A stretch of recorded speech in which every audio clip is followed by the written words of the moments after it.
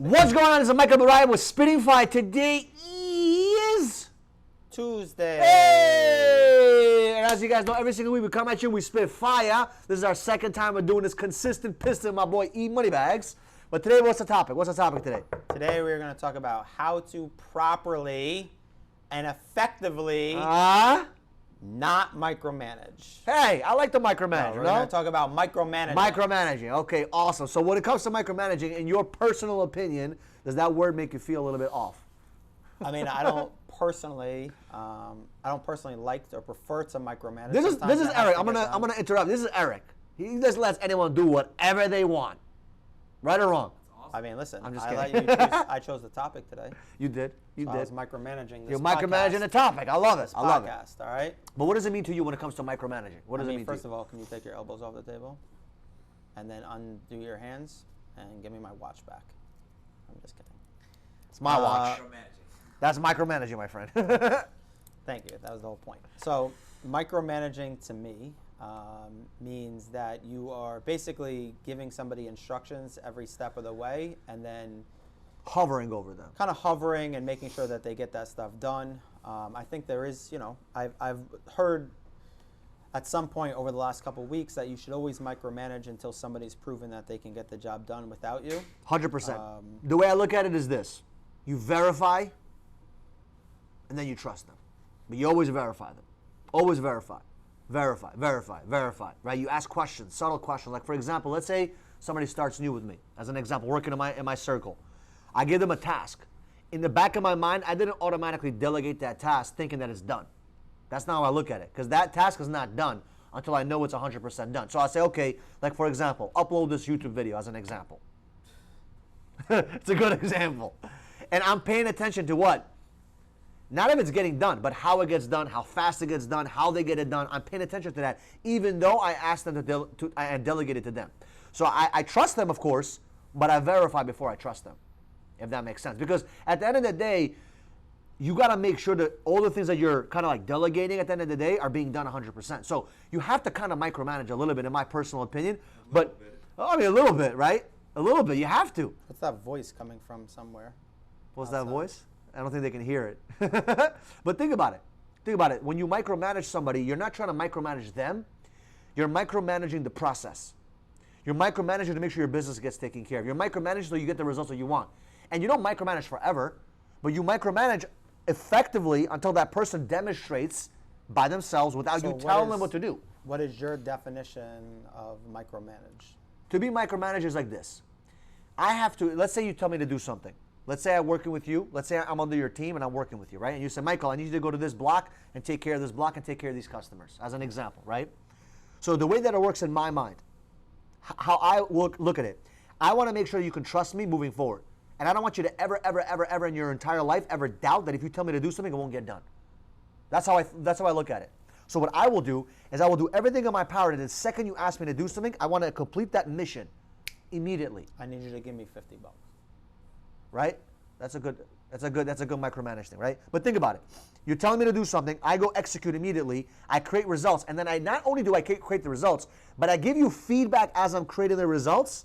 So I'm letting you know what's going on in that timeline. Hey, I'm doing this right now. Hey, I'm doing this right now. Hey, I'm taking care of this right now. And then once the task is completed, that's when I'd say, hey, it's completed. So let me ask you a question. And what that does, basically, it makes you trust me. Because you're like, okay, every time I tell him to do something, he's going to give me the progress of what's going on. And then once it's completed, you'll be happy. So let me ask you a question. Let's say you give somebody a task and there's a deadline by tomorrow by 12 o'clock. And they say, listen, I'm going to get it done by tomorrow by 12 o'clock. Would you follow up or ask them where they're at? 100%. But they've told you they're going to get it done by 12 o'clock. Great. Show me the progress. If I don't have a built-up relationship with them and I don't know how they operate, like for example, there's certain people that operate on you tell them once, they get it done. Certain people are like that. Certain people, you tell them once, it's not enough. You got to tell them 10 times in a day. And just certain people are like that in certain areas of their life. Certain priorities in their life are not a priority for you, Certain parties are a priority for you, but they're not a priority for them. Would you follow up more than once though? Let's say that it's 12 o'clock, tomorrow, it's 12 o'clock today, so you have 24 hours. I'll look at it this way. How many times are you going to follow up? So I'll look at it this way. What if they say, listen, Michael, I told you I'd get this done by 12 tomorrow. You've asked me 4 times already where I'm at. It's bothering me. I understand that. So do me a favor so it doesn't bother me. Give me a progress timeline of what's going on so I know what's going on in the situation. Right? So I'll always ask for that progress. Hey, how's it going so far? Oh, I'm going to do it by tomorrow. So if I see they're procrastinating, I'm going to say, hey, we don't procrastinate. We don't do that in our culture. I need this done by this done. And if, let's say there's 4 parts to that specific task that needs to get done, no problem. We'll divide that task into 4 separate times. So at 1 p.m., I'm going to ask you about the first part. 2 p.m., I'm going to ask you about the second part, yada, yada, yada, right? So the way I look at it is this. It's like a tug of war. Like, look at it as 100%. I'm either going to micromanage you 90% of the time I'm paying attention to your task and you're doing 10% of it, or I'm going to pay attention 10% of it to that task and you're going to do 90% of it. There's always 100%. So as you build trust with that individual, as you're building trust with that person that's kind of doing the work with you, you can see where they're at, and you already know, okay, with this specific thing they're good at, with this specific thing they're not good at. Like for example, with you, there's no way in hell. Like I already know you had to do something yesterday. You were supposed to submit a form. You haven't submitted that form yet. I already know that it's in my head. Why is that? Because I know that you're not going to do it. So I send a little quick reminder. Hey, you forgot to do this form. Usually you're good, but you forgot to do that form. No problem. Now, you didn't do it this morning, right? Because I kind of gave you a subtle reminder. Hey, just want to make sure you got that form. Oh, I'll do it after. It's already 2 o'clock, 2:30. No, I know. You got to upload the docs. I get it. I understand. But that, as an example, those are certain examples. I'm just giving you an example. Let's say you wouldn't do it by 5 o'clock. Now what? In my mind, it's still in my head. I'm still micromanaging that situation. Not because I don't trust you. It's because I know you have 1,000 things in your mind, and I'm still making sure that that specific thing gets done. Now, the second you demonstrate that I never have to remind you about that ever again, trust goes 100%. You run that department, you run that spot, I never have to worry about it because it's always going to be taken care of. So every single person is different. But how long does it take you to build that? Is there anyone in your company that you trust enough not to micromanage? Over time, yes. Over time, yes. 100%. Like our whole operations is being trusted about 99% of the time, right? But that's because that person has demonstrated and earned that trust. What about your marketing team? Marketing team, on the marketing side, I would say it's about 95%. Great question, right? So certain, like sales, I would say 60%. Systems and processes of the sales stuff, 50%. It all depends, right? So every single department, like social media, about 85%, 80%, right? So you give them little tasks, little by little, to make sure they can kind of smooth everything out. And then after that, you build systems and processes so you don't have to micromanage, right? The system will micromanage them. It'll be a process, a procedure, a protocol on what needs to get done. But you still have to remember that. What's more important, efficiency or feelings? I mean, you already know the answer to that, Papa. Efficiency. Feelings. Oh. No, listen, feelings, bro. Everyone has feelings. You think I felt like coming to the office today? Yes. No, but when you micromanage, it's not about feelings. It's about efficiency. It's about getting things done.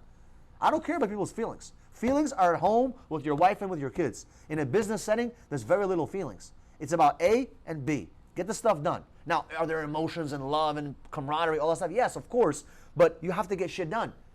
And I realized, we learned actually this morning, we were watching this video together with the team, when you have momentum, it's an amazing thing, and I actually like rewired my brain with this mindset, and I love it.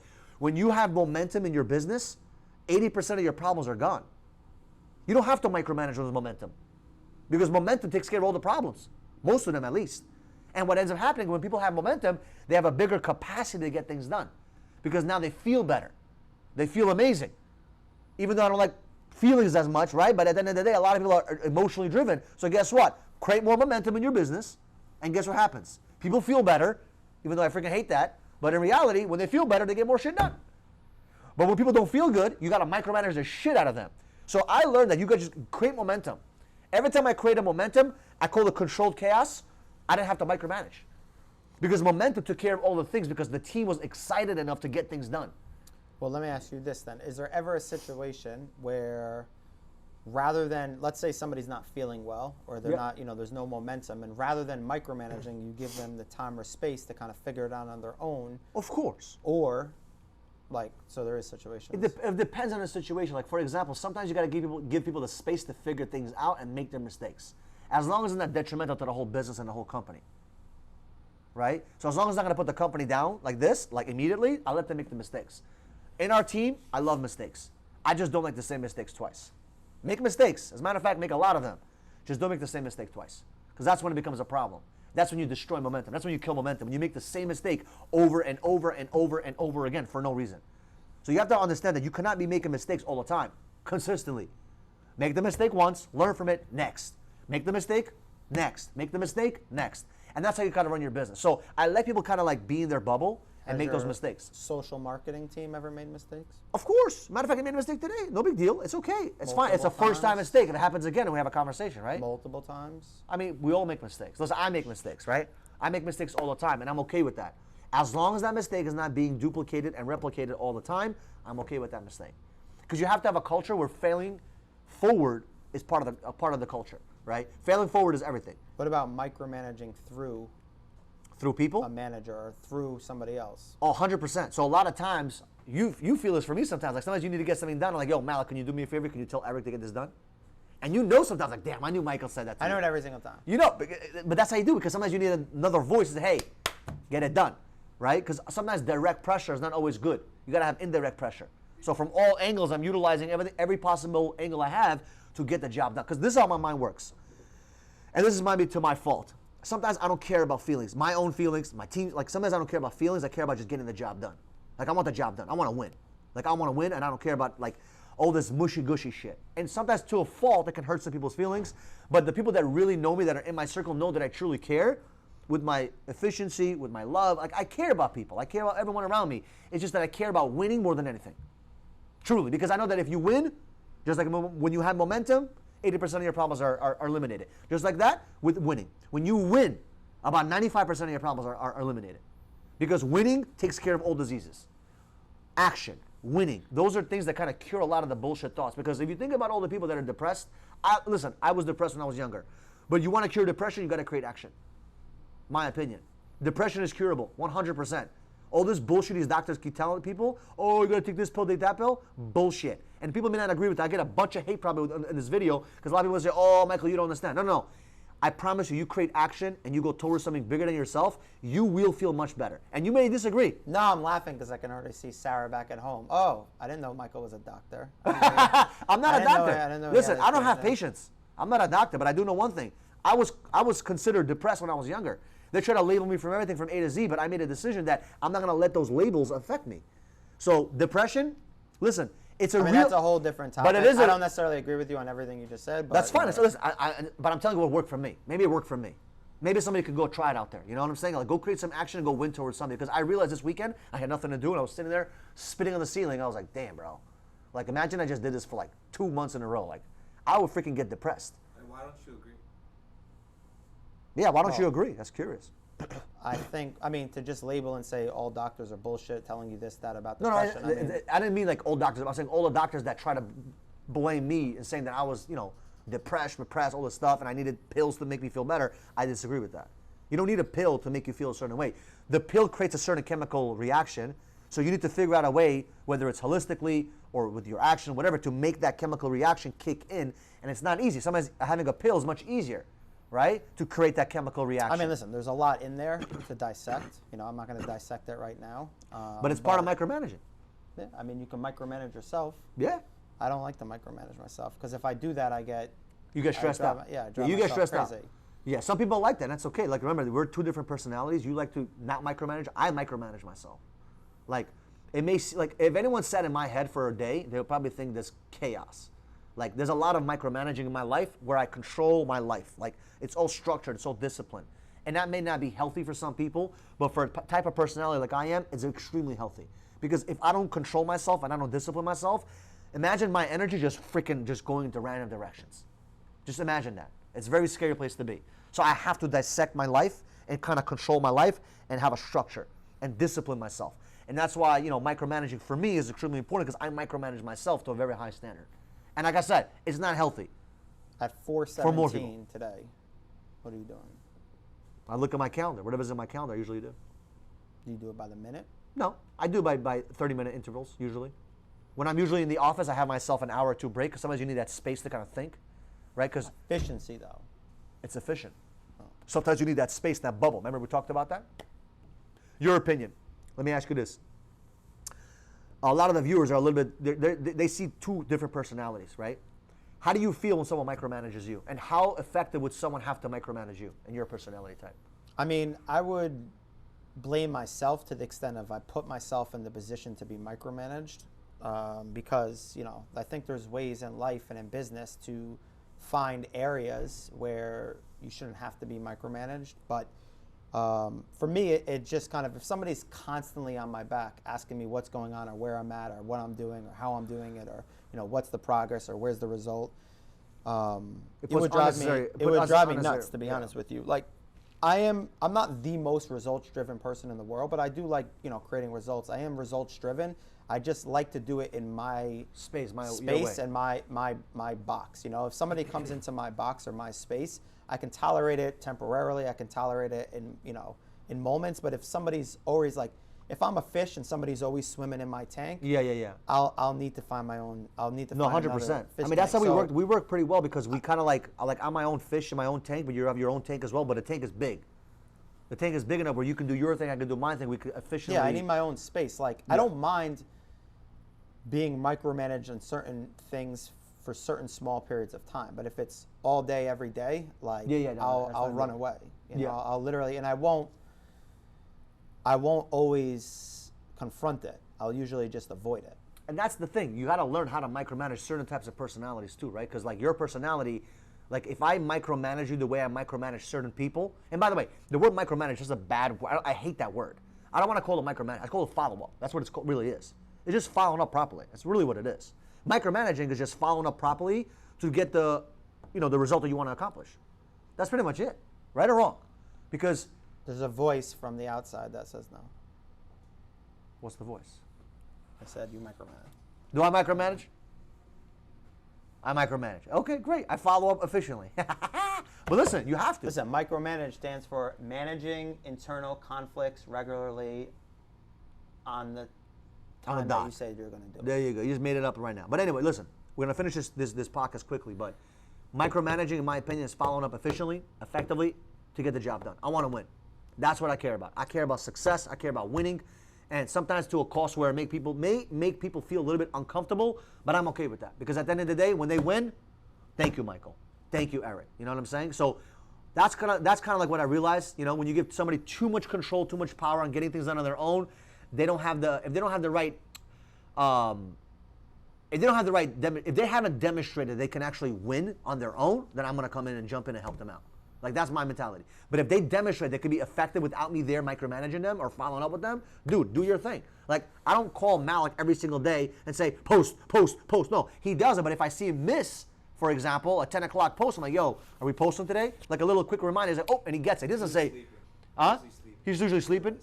I mean, is it possible to micromanage without actually micromanaging? Yes. Just knowing that somebody's micromanaging you from a distance? Yes. You and can feel watching? it. You can feel it. Like you can feel the presence knowing that someone's breathing down your neck. Michael knows I didn't post this right now. He's micromanaging me even though he didn't say anything. Bro, I already know. I'll be like, tomorrow I'm going to sleep an hour extra. Wake up to this text. He's going to think I forgot. Actually, I just woke up.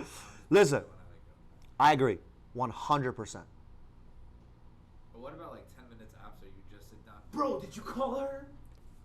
Listen, bro, you gotta call the lead, bro. I gotta shit, bro. Yo, no, you gotta call. Lead comes in right there. Don't start with the leads. Oh, it's not 10 minutes. Why you quit online, bro? I know why you quit. Oh shit. You know what? Listen, you gotta be on the fucking leads, bro. It's not 10 minutes. I give you an example. That's like an eternity. Can I say something? 10 seconds. Can I say something? What makes you different from the other companies, right? Think about it. A lead comes into one company, they call them in 2 hours. A lead comes into our company, we call them within a second, within 5 seconds, within a minute, within 2 minutes. You know the difference in customer service at that point? You call the customer, you set up an appointment with the customer for 2 p.m., you call them on the dot 2 p.m. versus other people call them at 2:15 or 2:10 or 2:05. Oh, I'm sorry, I'm late. That's a big difference in customer service. I can claim we have a 10-star customer service business because I'm on the dot. Nothing will get in the way. Unless I'm dying going to the hospital, it's the only way I'm not calling that customer. And my brain is able to have the capacity to manage all that and the business and the team and this and family and the wife and the dogs, and I can manage that. That's called increasing your capacity. Hey. What? Would you leave And the cat. Don't forget about the cat. She's a good girl. Anyway, so remember, micromanage yourself and micromanage people around you until they earn that trust. Michael, man. Once they earn the trust, You don't have to micromanage anymore. Now you have an effective delegation, and that's how you win ball games. So I appreciate you guys. As you guys know, every single week we come at you, we spit fire. Michael managing. Michael managing.